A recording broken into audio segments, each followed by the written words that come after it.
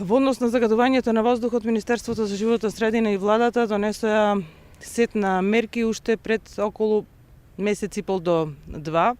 Имено станува збор за краткорочни и долгорочни мерки. Краткорочните мерки ќе бидат во сила цело време додека трае грејната сезона во Република Македонија. Тие мерки се изработени заедно Министерството со Министерство за внатрешни работи, Министерство за транспорт и врски, Министерство за економија, здравство, труд и социјала, како и општините во државата и градот Скопје, заради тоа што само заедно можеме да го решаваме, односно да се бориме со овој проблем. Дел од мерките се засилени контроли на оние индустријски објекти, произведувачи, производители кои што имаат таа интегрирана и беинтегрирана дозвола. Во овој период се препорачува на големите индустријски производители со интегрирана дозвола да го намалат производството, меѓутоа во никој случај да не го згаснат целосно, заради тоа што ако се згасне па повторно да се вклучувало, предизвикувало уште поголемо загадување, сигурно и загубите на производителите ќе бидат многу големи.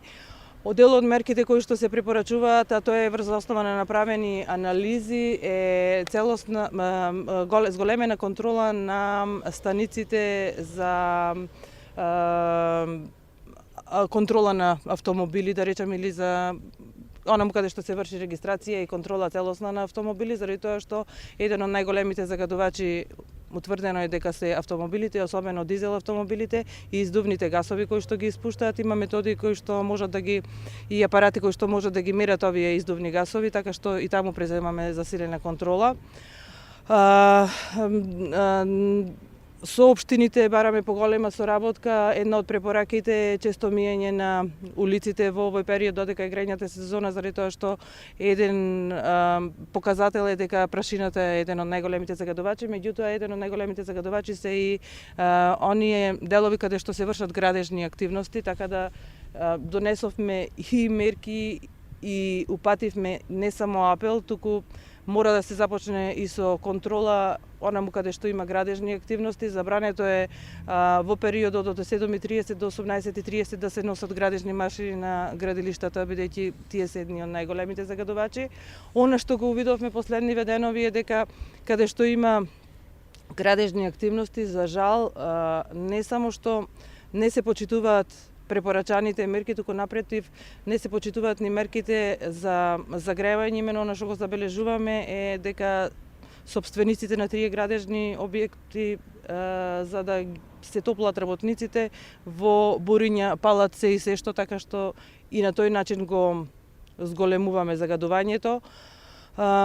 Малите и средните фирми можам да кажам дека се едни од поголемите загадувачи, така што во наредниот период се засилуваат.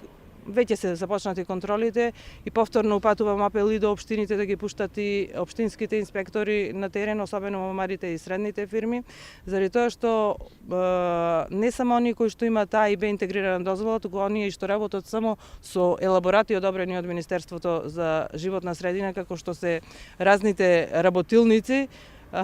За жал, отпадниот материјал, отпадното масло го користат за грејење и согорување и на тој начин се загадува животната средина. Сакам да потенцирам дека ако мерките ние ги донесеме, меѓутоа ако не се почитуваат, џабе се мерките донесени, и заради тоа потенцирам дека ова е една заедничка борба не само на Министерството на владата, туку заедно и со општинските власти, меѓутоа и со сите граѓани на државата. Најголемиот проблем кој што го предизвикува загадувањето, а тоа е грејењето, во моментов не може целосно да биде решено, меѓутоа веќе како влада имаме еден долгорочен план кој што го направивме 2024-2030 година, кој што предвидува постепена промена на системите на грејење, како што и во вретивме во нашата изборна програма, имено прво во државните, општинските институции и така натаму.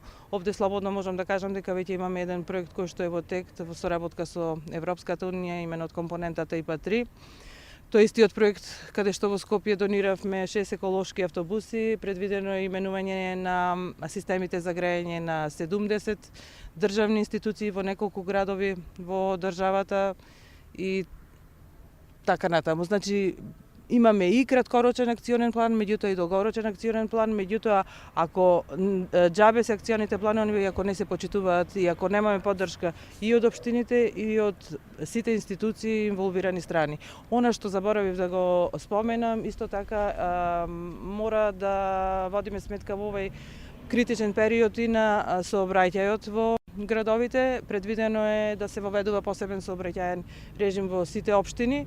Имено општините со Министерство за внатрешни работи треба да договорат тешките товарни возила да не врват во центарот на градовите, односно во општините, туку да одат по обиколен пат, одреден период кој што тие ќе оценат, и повторно упатувам апел заедно да се бориме против ова зло кое што е зло на секој човек.